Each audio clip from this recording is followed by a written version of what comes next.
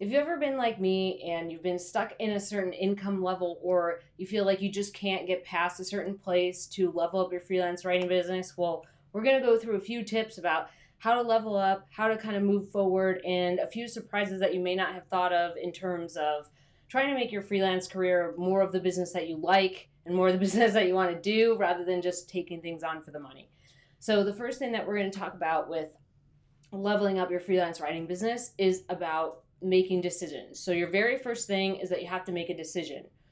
Usually, you have to make a lot of them. So, that means that you're making decisions about what types of writing you want to continue doing, what types of clients you want to work for, what kind of income level you want to be at, and then kind of where you see yourself in like 5 or 10 years. Like, do you see freelancing as a part-time thing, as a side gig, as a full-time job? Do you see it as something that will catapult you into other things? There's a bunch of different stuff here that, is really centers on making decisions. So you're making decisions about your freelance writing career in terms of like how you kind of want to go about it. A lot of times people are like, well, how do I make more money? Or how do I get more clients? Or how do I make sure that I'm doing, this, that, and the other thing? Like, how do I actually get to this thing? A lot of times it's that they're not making decisions. They're just trying to find the next thing. They're just trying to find the next hook to be on. They're trying to be on, like, trying to find new clients where, they're just like, I just need a better client. Like, I need to replace this client with another one, or I just need to make more money. But they're not making decisions about, like, do I actually want to write more blog posts? Do I want to do more case studies or white papers? Do I end up, changing my business and maybe I want to do more marketing and consulting? There's a lot of different things where you don't actually know.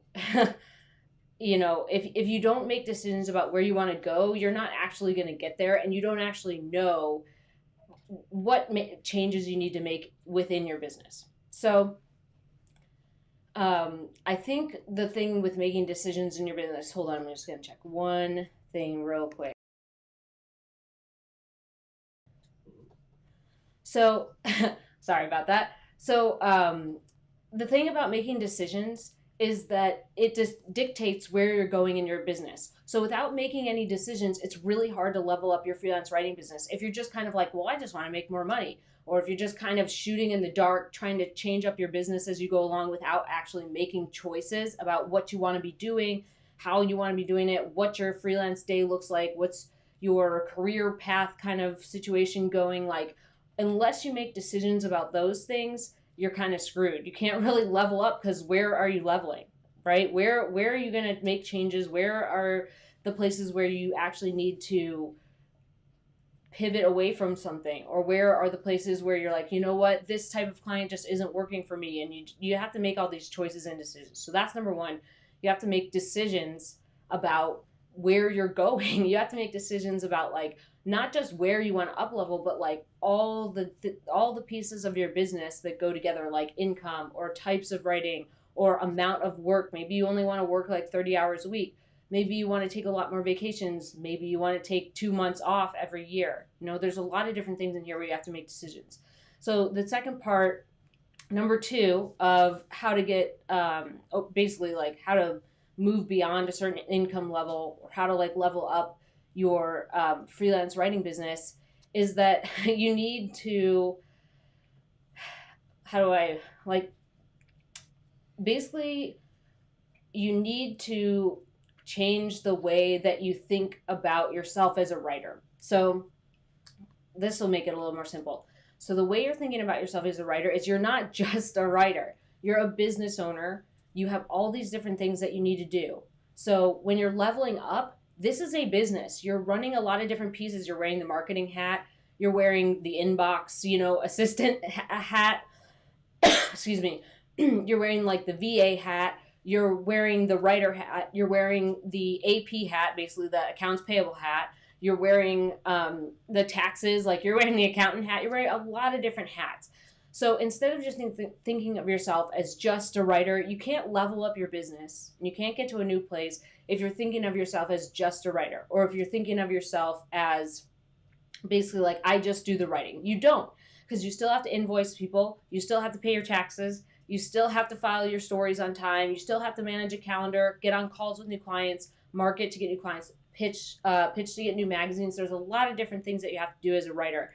And it's it's always funny to me when you talk about like, oh, you talk to other writers like, oh, I'm just a freelance writer, or oh, I'm just this. You're not just that.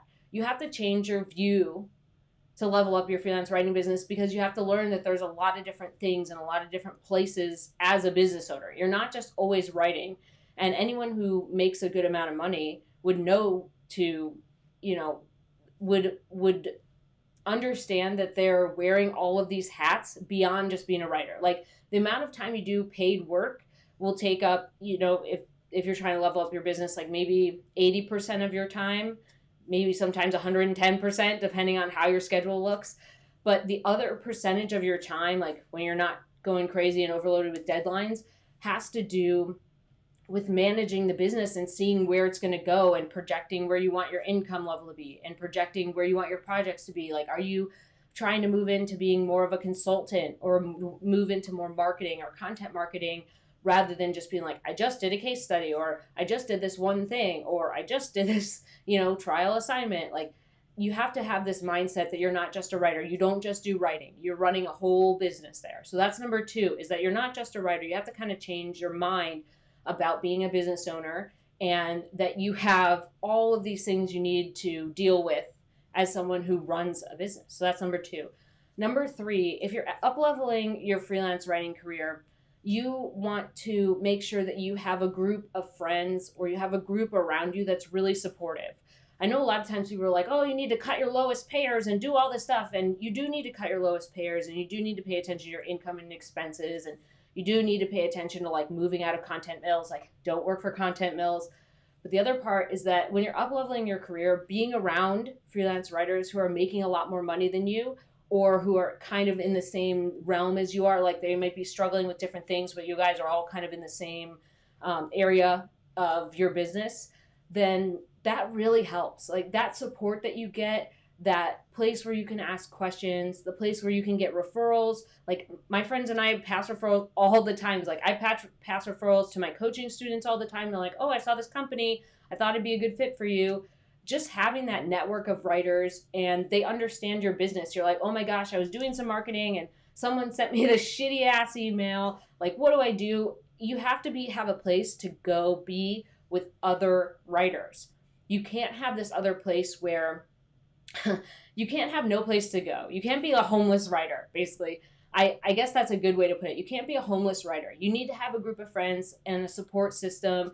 And as much as your partner or your friends, your non-writer friends, or your family might say like, oh yeah, I get it, like that sounds really difficult, it's very different discussing your issues with people who are also freelance writers. I can tell you the difference between telling my freelance writer friends something and telling like my partner something. Sometimes, they're on the same page, and sometimes it's like totally different worlds. Like, it's just, they're the people who have been there, and they're like, oh my gosh, I love it when that happens, or oh my gosh, I hate that, or what do you guys think? Like, an area to bounce off ideas, and a place to make sure that you're heard and understood, and that you have you have an environment where you can kind of brainstorm things, or you can say like, hey, can you look at my latest article? Like, I'm not sure if it looks okay. I have this thing, or I have this weird client call and I'm not sure what to do. Having that group of writers, like that community, that small group of friends, like somewhere that you can go to talk to other writers, is super important to leveling up your career, especially if you have people in your group who make more money than you, who are further along in their career than you, who are doing different things than you. So sometimes people try to make friends with people that are only in their niche, or friends with people that only do case studies like they do case studies.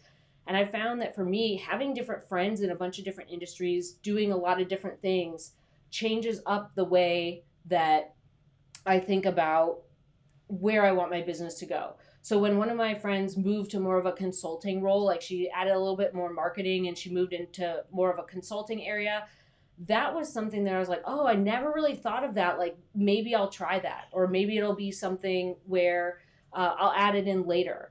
There's another piece too where I'm like, I have a friend who I just love her. She's like my little spirit animal, and she makes crazy money, and she does marketing or messaging and positioning for companies, and that's something that I just think is so cool. It's so fascinating. It's something I think I want to get into and do more of. But she made all these moves, and um, watching her career change and seeing, kind of she's going first, she's doing different things, and she's in different niches than I am. That teaches me something, and I learn from her. But it's also inspiring to see her do all these things where she's like taking these big leaps, and I'm so proud of her and excited for her. So there's a lot of things that can kind of drive you in your career in addition to just money or clients or um, just like things that aren't so much like a warm fuzzy. Like for me, the warm fuzzy is having a community, people I can bounce ideas off of. And I don't think I know any writers who have zero writer friends. Like any successful writers I know, people who make a living who are full time, they all have different writer friends. They all have different groups. And I think if you try to go at it alone and you're not around a group that's like constantly trying things and experimenting and getting to a place to make their business better, I think you're falling behind, you're going to struggle. So I think having a community and making sure you have a writer group that's like they're trying to level up, they're trying to make their businesses better, and they understand where you're coming from, they understand the struggle. I think that's really important. So that would be number 3. So I'm going to take a little pup date thing. And yeah, Tommy says he doesn't like he says, I like, don't be a homeless writer. Yeah, don't be a homeless writer. Find a home, find writer friends to have in your network and to talk to regularly. And then the other one is the lone wolf lifestyle is tough. It totally is. Yeah, I was a lone wolf for a long time, and it was just lonely, and it sucked, and I didn't really have a ton of people to talk to. So I'm going to give you guys a quick update since we're here. So if you feel like this has been helpful so far and you feel like you've gotten value from this, feel free to give it a thumbs up. Feel free to subscribe below if you feel like you want to learn more about freelance writing. Right now, we have Bo's a little bit blown out just because of where the camera and the light is right now. So he looks a little whiter than normal, but he's taking a nap. Charlotte's listening for treats. If you see her ears, go back and forth. Like her ears are going back and forth because she sees me reach for the treat thing. So those are her interested ears, we call them. So we'll give her a little treato so she can have a little treato snack. And then Bear's awake now. Hello, Bear. Welcome. Welcome to the live stream, Bear. There you go, buddy. Good job. All right, Charlotte. Ready, treato for you. Good job. And treato for Bear.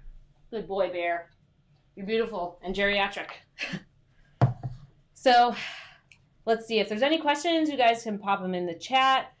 So I know that leveling up your freelance writing career a lot of times can be a confusing thing. You're not really sure where you want to go. You're not really sure how to do it. And sometimes you're stuck at an income level that you don't feel good about. You're stuck at this place where you're like, I want to make more money, or I want to do, more of this or that and the other thing. So I'm going to go through that now. So I don't see any questions in there, so I'm going to go into that now.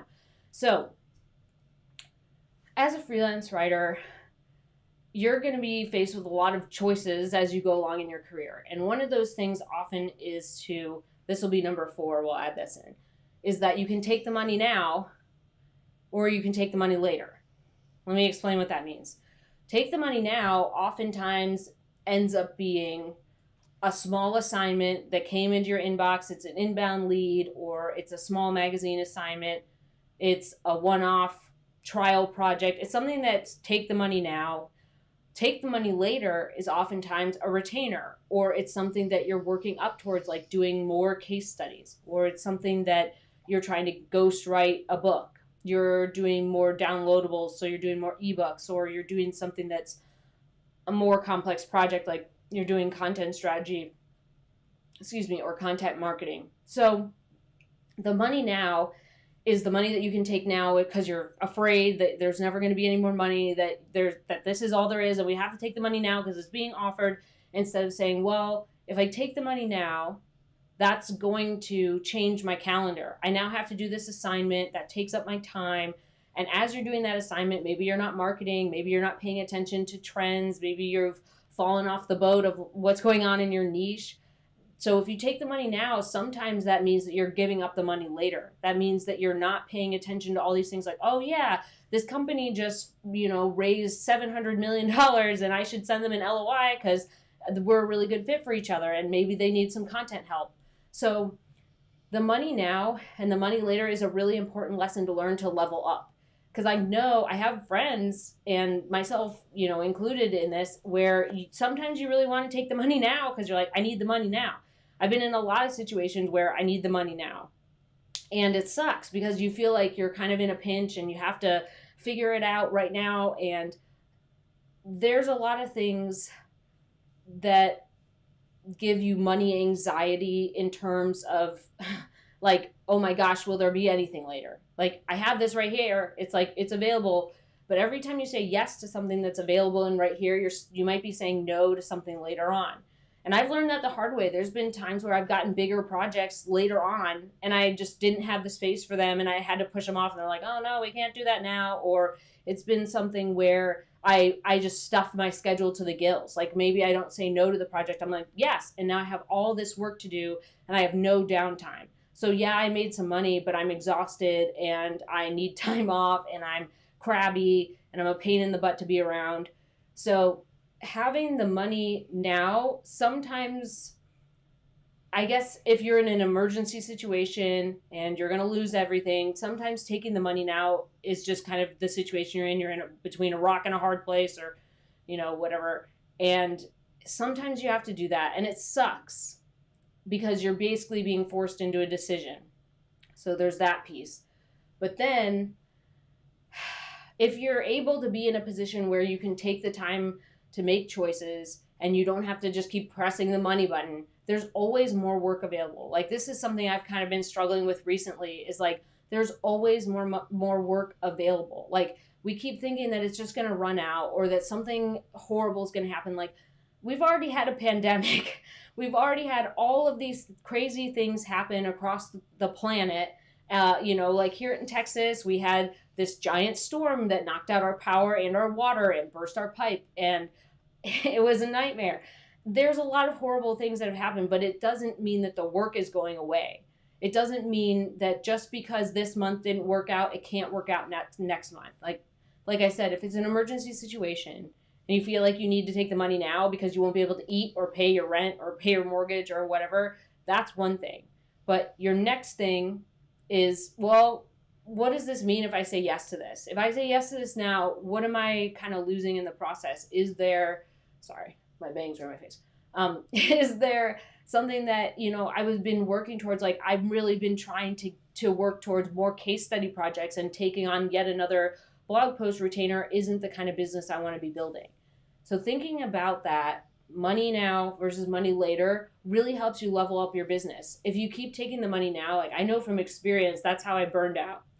I just kept taking the money now and taking the money now and taking the money now. And it was a lot of small assignments over a long period of time. And I was just trying to stuff my schedule to the gills all the time. It was just deadline, deadline, deadline, deadline. There was a time where I was doing, 20 to 30 interviews every week. I did 20 to 30 interviews every week trying to get all my assignments done. And it was so much. And that was just money now, money now, money now. Rather than saying like, hold on a second, I have money now. Maybe I can, do a little bit more marketing to get more retainers. Maybe I can do a little bit more marketing to move into this other niche. Maybe I can try to just, pass on these small projects and try to get some bigger ones by doing more marketing. So I know the pain of money now. I felt it many times and I do struggle with it still because it's just, sometimes you get into this scarcity mindset where you keep thinking, like, oh my gosh, there's never going to be any work. Like I have this conversation with my friends who make over 6 figures or make tons of money. Like it's the same thing. They're like, there's never going to be any work. And it's this old habit, basically. It's this old habit that we do where we're afraid, like we're like, oh my gosh, like this is the time to freak out because I'm not working myself to the bone. Like, oh my gosh, I'm not exhausted and have 800 deadlines. Like I must be doing something wrong. And there are ebbs and flows in your freelance writing business. So the ebb and flow of work is normal. Something I struggle with too. Like when I'm not working constantly, I panic. I just going to be honest, like that's kind of how I am right now. It's like if I don't have a ton of work to do, sometimes I just panic. It's something I'm working on. But I always try to remind myself, and I feel like I probably need this reminder too today, is the money now and the money later. Money now doesn't mean everything's going to be okay. And the money later, there's always more work, there's always more stuff coming in the pipeline. People are always adding content managers or changing their strategy or like cutting staff and then being like, you know what, we can have a freelancer do this instead. And I think that if you kind of figure out how to balance that, if you've tried to figure out what you can do for money now and what you can do for money later, like which things you can hold out on and which things you have to deal with right now, I think that'll really help you level up your business. So I know that was a long explanation for number 4. I'll give you guys a quick update because, that was a long one. So we'll give you guys a quick update on that one. So here they are. Oh, we got the interested ears. You look like a little nesting chicken today. It's pretty cute. Bear's interested too. Here you go, Bear. Good job, buddy. You guys are like, we love this. We just get treats.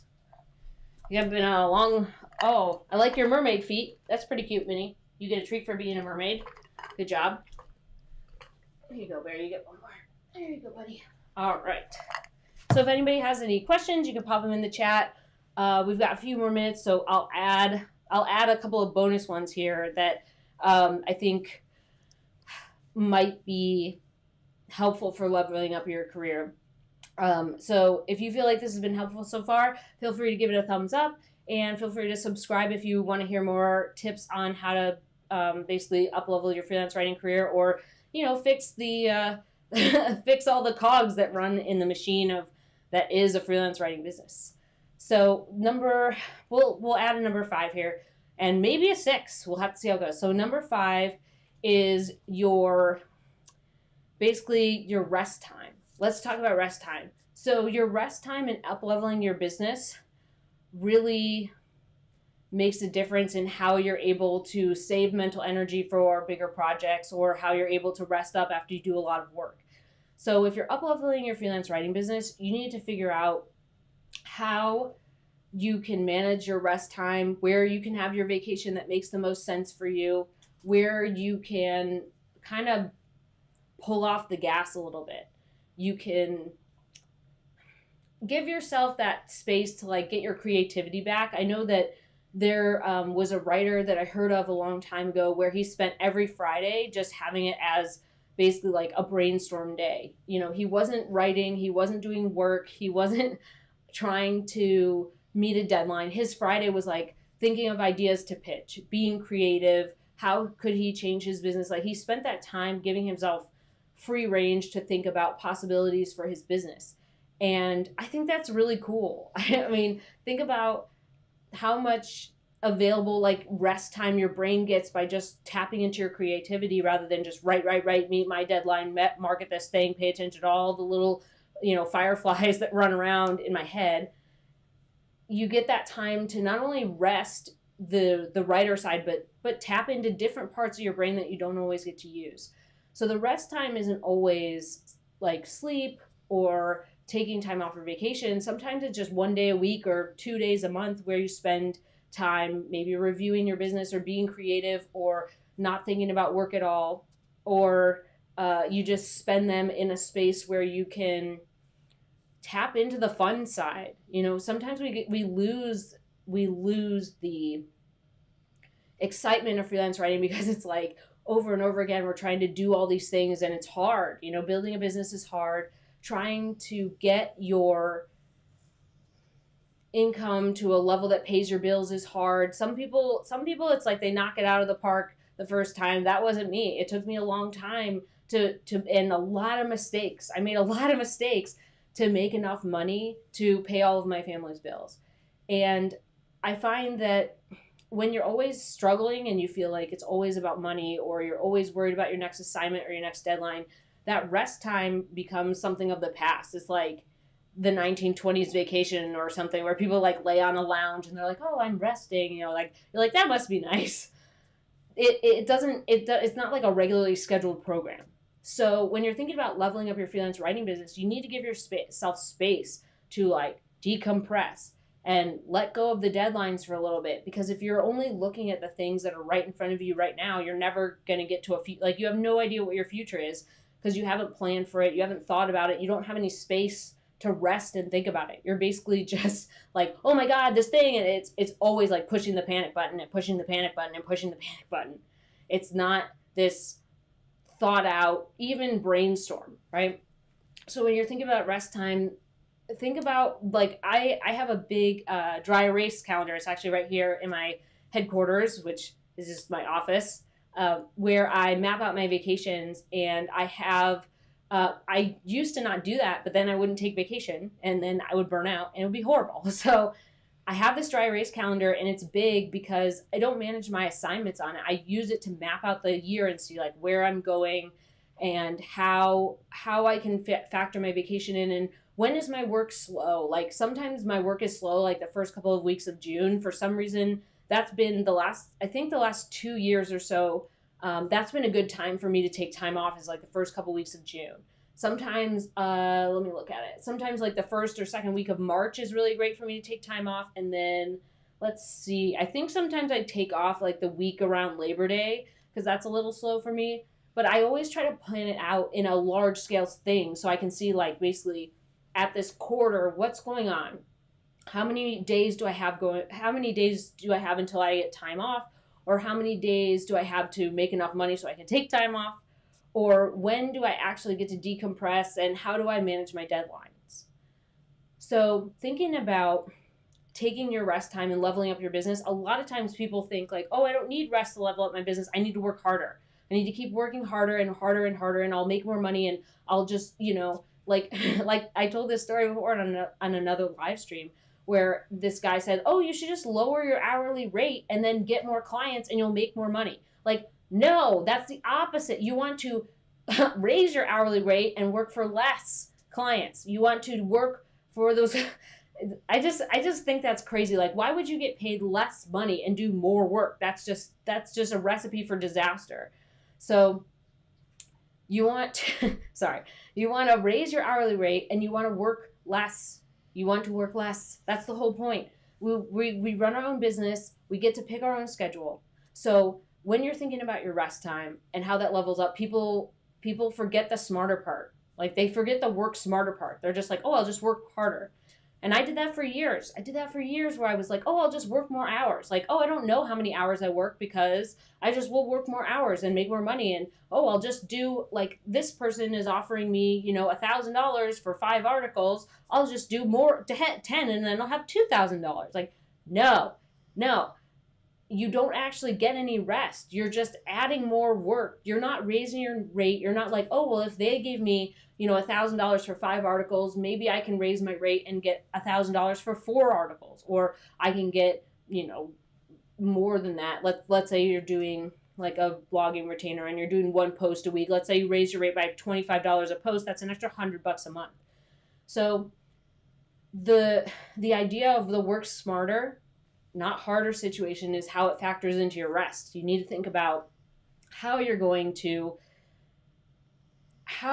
factor in the rest piece and also level up your business, and you need the brain space to do that. The rest time gives you the brain space to level up your business, and leveling up your business means taking time off.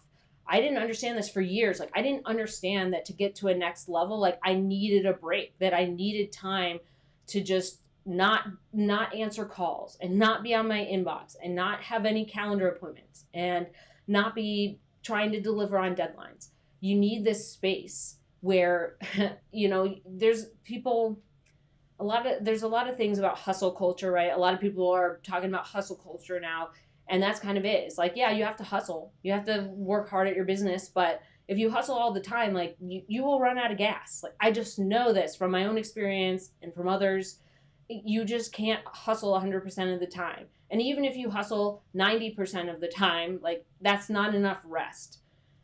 There's a story that I've told before. I think I had it in one of my newsletters, and I think it's a good example here where there's two different lumberjacks, and one lumberjack, they go out into a forest and they have a competition for who can chop down the most trees.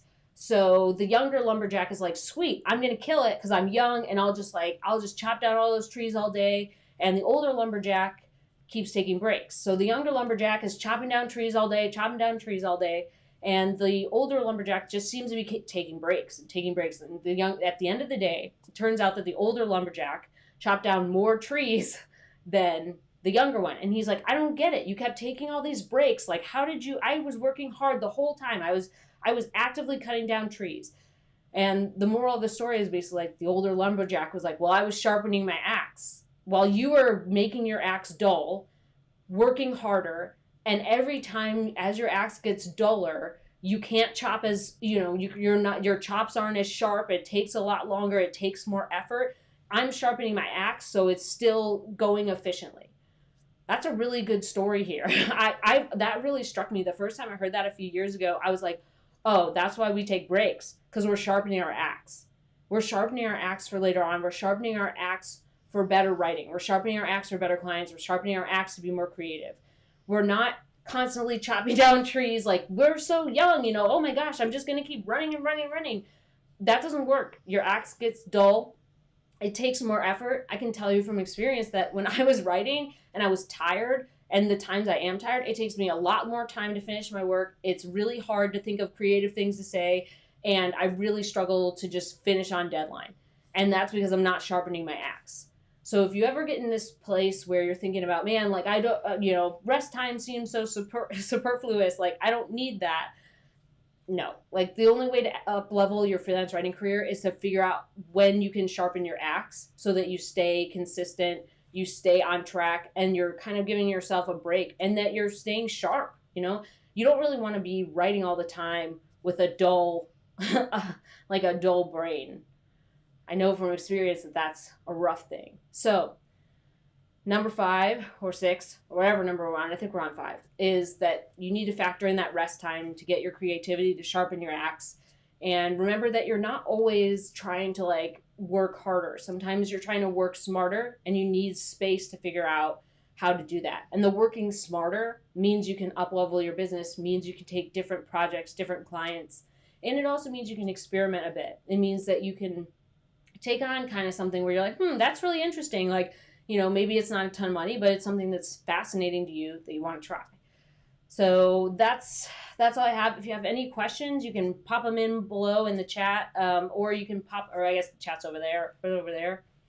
I'm not sure. So you pop it in the chat, or if you have a question, you can put it in the comments below, and I will answer you. But I hope this was helpful so far. If it was helpful for you, hit the thumbs up, subscribe. If you want to get more of my weekly lives, I'll give you one last update.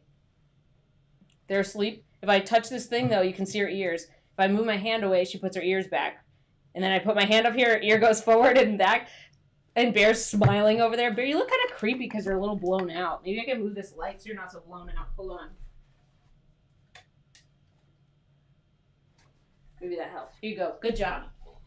All right, Bear, you're still a little blown out, but you were smiling, so good job. All right. Charlotte, you look adorable, and you're cute.